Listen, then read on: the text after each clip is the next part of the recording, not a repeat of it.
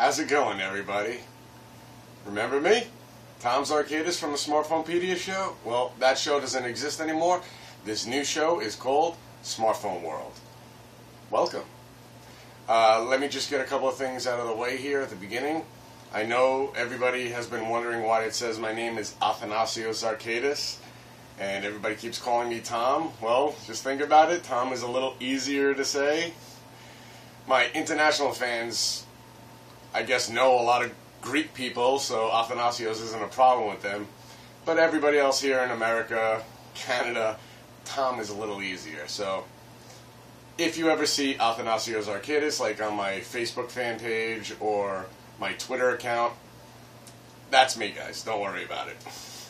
Okay, well, to start off today's show, I have a little bit of aggravation, of course, as you remember in my other shows. Texting and driving. Guys, seriously, what is the deal? Do you know, just yesterday in Texas, a girl was traveling at high speed on a expressway, on a highway. She was texting while she was driving. She missed a turn. Her car flipped and she died. Is it worth it, guys? Seriously. I mean, especially considering the fact that all these new smartphones have voice to text. You just tap the microphone, guys. I mean, get a car dock so you're not looking down at least. You know, and you could just press that button up by your windshield and you're still looking in front of you. Seriously, I mean, it's getting to the point where they're going to start taking away your license if you get caught texting and driving. You don't have to be on drugs or drinking anymore to kill someone on the road. All you have to have is a cell phone, a smartphone. Is that right? Does that sound good to you guys? I mean, seriously. I have a car dock, I have Bluetooth, I use hands-free everything. It's the smartest thing to do. And with the technology that's coming out in these smartphones, texting while driving has to be one of the dumbest things you can possibly do now. I mean, if you don't care for your own life, start caring for the others around you at least. That's all I'm going to say about that today. I mean, I'm going to be going on about it in other episodes because I'm going to be doing an in-depth look. I'm going to be telling you guys exactly what is going on in other countries. I mean, we do have, in some parts of Europe, you get jail time if you get caught. So, think about it, guys. It really is not the smartest thing in the world to do. Okay, now moving on, I'm going to talk a little bit about Apple. Ever since Steve Jobs left, the decisions at Apple have just been getting worse and worse. At the beginning of November, remember when the iOS 6.0.1 came out to, you know, try to fix up the Wi-Fi issues and some of the other bugs, just to fix it up a little bit, because when they released it, obviously they released it prematurely. There was a lot of issues. Apple fans all over the world are complaining about Wi-Fi and some other things, but the biggest thing is about Wi-Fi. Well, they just came out with 6.0.2. Kind of. Why do I say kind of? Because not only are people having problems with the iOS 6.0.1, they're having problems updating to 6.0.2. Either they can't connect with the updater, or it won't download into their smartphone. There's just so many issues going on with Apple. It's crazy. And now I'm hearing about how the iPad Mini 2 is coming out.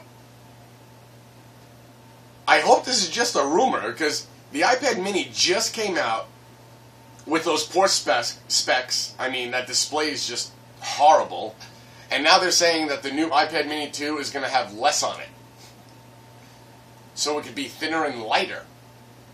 So not only is it already thin, light, and, you know, lacking some specifications, especially in that display, when Apple is all about their displays, now we're going to have to see if they're coming out with a new iPad Mini 2. I mean, we kept hearing about a new iPhone already in the works.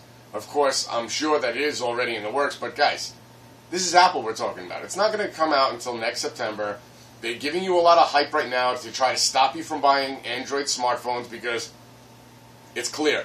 Android's destroying Apple all over the world. I mean, by leaps and bounds. Check out the numbers. I mean, if I find it while I'm doing the editing to this video, I'll pop it up there.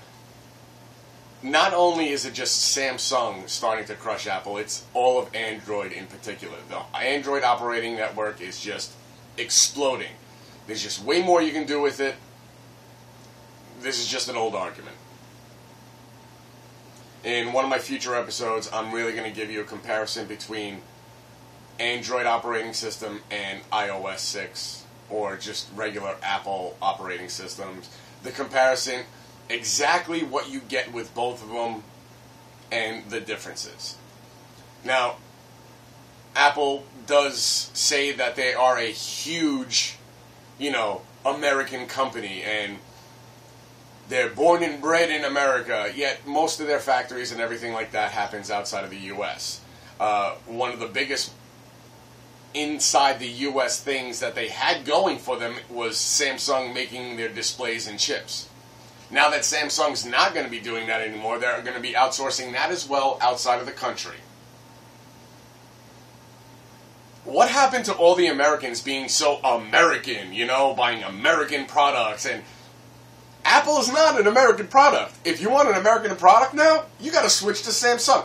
What's going on in Texas? Does anybody know what's going on over there with Samsung and their huge plant? Well, let's see. Billions of dollars getting sunk into the state of Texas, 3.9 billion as a matter of fact, to give their Samsung plant in Texas a gigantic expansion. How many jobs is that going to create? Anybody know? For the United States? A lot. A whole lot. This is not new information, guys. You want Samsung? You're going to be getting an American product. You want Apple? I'm sorry, but most of that is not made in the U.S. How do I know that for a fact? Well, when the iPhone 5 came out, don't you remember on how Samsung and HTC wanted to block them from importing the Apple iPhone 5 to be sold in the United States? Why would it need to be imported? Because it's not made in the U.S. That's simple fact. And Samsung is dumping almost $4 billion into the state of Texas to increase their expansion in their lineup, in their factory, to build more Samsung products in the United States. This is simple facts. I'm not making any of this up. So, what else is new in the world of Android? Well, anybody hear what's going on with Tegra? Anybody hear about that new chip coming out? We all love the Tegra 3 processor. I mean, we see it in the HTC One X Plus. That thing's insanely fast. The quad-core 1.7 gigahertz, that's incredible. And now, they're talking the Tegra 4. Will the Tegra 4 be incredible? Well, they're already telling us that it's going to have a 28 nanometer processor, which is fantastic. We already know that the Snapdragon S4 processor has the 28 nanometers and it's terrific on battery power because of it. The new Tegra 4 is going to have that kind of battery consumption, which means anything that the Tegra 4 is going to be going into is going to have better battery life than anything that had a Tegra 3. That's terrific. What's one of the biggest, most incredible things about the new Tegra 4? Well, let's see. Apple, they were bragging about on how their new chip has, 3 or 4 graphic processing units? Cores? Right? What about the Tegra 4? What's that going to have? 72. 72 cores. Are you kidding me? 72 graphic cores? That is simply ridiculous. How are you ever going to compete with that? Compete with that. Guys, do you have any idea what kind of graphics you're going to be able to do on a smartphone with a Tegra 4 processor? That's insane. You add 2 gigs of RAM to that and golden. Golden. We're talking laptop processing speed with incredible graphics. This is the kind of thing that I love to see coming into Android smartphones, to totally crush Apple. I really would love to see Apple step up their game.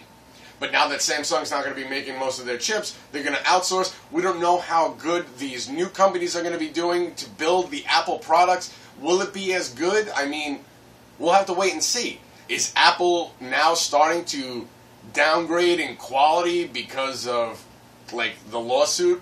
Hey, guys, listen, if Samsung making you good products, you better start paying up because you are charging your customers a lot of money for it. So, you know, the parts are going to be expensive. If you're moving over to another company, the quality better be there. And when people hear Samsung parts, they know that's quality. Let's see what kind of company is going to be making your parts now. Still talking a little bit about Samsung and now the Galaxy S3. Everybody with Verizon, how happy are you? We have that 400.7 megabyte update going out to you guys, which is Jelly Bean. That's right.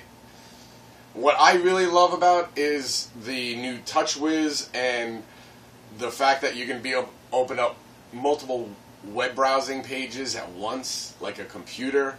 This is terrific. This is exactly what I want. I want smartphones to completely replace laptops. And I'm sorry, I mean, tablets are a great novelty. Unless you're getting a full Windows operating system tablet, to me, still thinking tablet is useless. iPads, whatever tablet, I don't care. If it's not a full operating system, what's the point? You're going to have that gigantic screen without a full operating system, and it can only do as much as your smartphone. Actually, it could do less, because you could do more on your smartphone. So what's the point? Are tablets becoming a novelty? Yes, I definitely think so. What is a good purpose of a tablet? I think a good purpose of a tablet would be for students in school. So, you know, you get issued a tablet instead of books, because I'm sorry, books are very expensive to make. And with the cheap prices of Android tablets out there, it'd be easier to put your textbook onto memory, put it into that tablet. At the end of the year, take the tablets back from the kids. You know, there's insurance that you can put on it. If the kid destroys it, I'm sure that the school would be able to get it replaced. It is very good to do it that way for schools, universities. We're having these kids, I mean, my son goes to school, he's turning 7 years old, and his backpack is extremely heavy. Are you joking me? Come on. I'm starting to see kids go to school with, like, wheeling suitcases. That's ridiculous. That's what a tablet is good for. Not any of this other stuff. So now that smartphones are going to be able to have all these new features, tablets are going to be out the window. And Jelly Bean is definitely the start of that. Okay, let's still talk a little bit about Jelly Bean. Sony, what is your deal? Do you want people to buy your phones? You just released all these smartphones that are going to be getting, you know, the Jelly Bean update. Of course, the Xperia T, TX, V. That's a given. I understand that. But what is up with all these other phones? The Xperia U, the Tipo, Sola. They're never going past Android 4.0. Is that incentive to buy your smartphones? I mean, you're talking about all these new smartphones coming out, but will they be able to get updates in the future? I mean, I had the PlayStation smartphone, and that one never went past Gingerbread. And that's a PlayStation smartphone. Sony, I like your products. I really do. I think you're making some great strides with your newer smartphones, and the display, the processing, the RAM, memory, everything is great. But then, you can't update them? How many Xperia U's did you sell? And now none of them are going to be able to advance with their Sony phones. They're stuck. That's it. Here you go. Maybe you'll be able to get a custom build from XDA developers, but, you know, custom builds, they're not all that cracked up to be. I'm sorry. I know, I'm going to be getting a lot of flack for saying this, but I used custom builds on my smartphones, and yeah, I got, like, ice cream sandwich quicker and stuff like that, but there was a lot of faults in the build, you know? I mean, I'm still having some problems with using my just regular phone. That's what you get when you get a custom build. What do you want? So for Sony, I'm sorry guys, that's a little bit of a failure to me. A little bit, a lot. Because there's no future with a lot of these Sony phones. What, you can only get the high-end Sony phone in order to get upgraded? That doesn't seem right to me. And finally, the HTC One X is getting Jelly Bean over in the UK now. But from what I keep hearing, it's only unlocked phones. So anything that's branded, I guess you're going to have to wait for. HTC is really killing me. I mean, we have phones like the Butterfly, the HTC J Butterfly, or the Droid DNA for Verizon, you know, hitting new markets. China got the Droid DNA version, whatever, of theirs, and Japan has the J Butterfly. J Butterfly is going to be going over to Europe too, and it's just taking forever for you guys to get these updates out. I love your smartphones. I mean, the HTC Droid DNA is simply the best smartphone out there today. Don't give me anything about this right now. The Mobile World Congress did not come yet. I did not see a Galaxy S4 come out yet. I did not see any of these new phones come out that can beat the HTC Droid DNA, J Butterfly, whatever you want to call it. It is the best smartphone out there. But will the updates be coming for it on time? HTC promises, you know, an arm and a leg. Here you go, guys. Take these smartphones. We're going to be updating the heck out of you. Do they? No. It takes forever. We're still waiting from smartphones that were supposed to be updated in August, and we haven't even heard of any of it. The Thunderbolt, the Incredible 2. No updates yet. Nothing. Zero. I mean, we're months away from their deadline that they had. I simply think they gave up, and they're like, oh, let's hope that they never say anything. If we keep going on with these new phones, they'll just buy the new phone and forget about it. That's pathetic. HTC, you're kind of a joke right now. You're pissing me off, and I'm sorry to say that I'm really leaning more towards Samsung or a Nexus device that will definitely get the updates. You have great products, but they will be surpassed very quickly when other phones are getting the updates and you're not. Pathetic again. If you want to compete, you better do it right. You've seen Samsung do it. They're putting out Jelly Bean. Yeah, they got it out late, but hey, they got it out. Now, HTC is said to be releasing a new smartphone that will be replacing the HTC One X at the Mobile World Congress. We keep hearing, you know, different rumors about it. It's still going to have a 4.7-inch display, but that display is supposed to be insane. It's supposed to have something crazy that I was reading here. 468 ppi. I mean, the HTC Droid DNA has 440, and when I was looking at that, it looked incredible. It looked like I could dip my finger into the display. This, if these rumors are true, with 2 gigs of RAM, 32 gigs of internal memory standard, this is a winning phone. This is a nice upgrade. What the processor will be, I don't know. If it has the Tegra 4 processor with all this inside of it, guys, that's insane. They're talking about a 13 megapixel camera. We already know what the 8 megapixel on HTC smartphones can do. That's incredible. And now we're going to be seeing a 13 megapixel camera? What the heck's going to be on the front? These are just crazy things I'd really love to hear about HTC. But again, if your promises for your updates don't come out on time for these smartphones, people are going to really start slowing down on your smartphones. I'm not really going to get into much of it today, but I've been hearing a lot of cutbacks coming from HTC. They're, you know, lowering their sales projections and everything like that. Everybody's starting to beat them. And when you have companies like ZTE coming out with a 5-inch display, I mean, granted, it's only an 800 by 480, you know, pixel display. It's not HD, but this is serious. It's going to have a 13 megapixel camera on it. It's going to have the quad-core Z5 in it. That's a crazy phone. Yeah, it's going to have a half gig RAM. But it's going to be cheap with a 5-inch display. I don't know, guys. This is just... We'll have to see whether that phone comes out to be, you know, a good competitor. But, you know, like the Oppo Find 5, that is finally, I mean, they're talking about January 2013 or February the latest where it's going to be released and everything like that. But guess what, guys?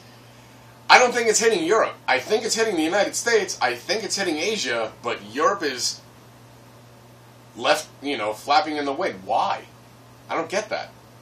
Some people are saying that there's going to be, you know, the problem of, you know, manufacturing it. That they're not going to be able to manufacture enough of them. Why? This smartphone's incredible. I'm sure you'd be able to build a factory to crank them out. Outsource the parts. There are companies making every single one of these parts that are going into the phone. What, you're having a problem putting them together? It is an incredible smartphone. It's a 5-inch display, 441 ppi. It's psychotically thin and very lightweight. It looks incredible. No other phone has a design look like that. I mean, it looks pretty cool. 2500 mAh battery. This is truly a winner. It's going to be selling for only $500 in the United States without a contract. Guys, this is incredible. Did you hear that the camera's going to be recording at 120 frames per second? 120. You're not really going to be able to fight with that. I'm going to be, when I get my hands on it, I'm going to be definitely doing a comparison with the Droid DNA, J Butterfly, whatever you want to call it, because that one, you know, they're both 5-inch displays, 440 ppi, 441, whatever you want to call it, and everything inside is going to be pretty much, you know, leveled out. I want to see on how the 2500 battery matches up to the Droid DNA's smaller size battery, but I'll tell you right now, the Droid DNA lasts and lasts and lasts with that smaller battery, and everybody was complaining about it. Let's see if that extra 450 mAh going into the Oppo Find 5 will make a difference and make it actually last a little longer. It does have a lot of the similar parts inside of it, so we'll have to wait and see. Okay, well, that was the first episode of Smartphone World. I hope you guys enjoyed it. Again, I'm Athanasios Zarkadas, Tom for everybody who wants to. Have a great day. Please comment, subscribe. I'm going to be doing these shows a lot. And stay tuned for my other shows that are going to be coming out on my channel. I hope you guys enjoy it. Feels great to be back, guys. Have a great weekend.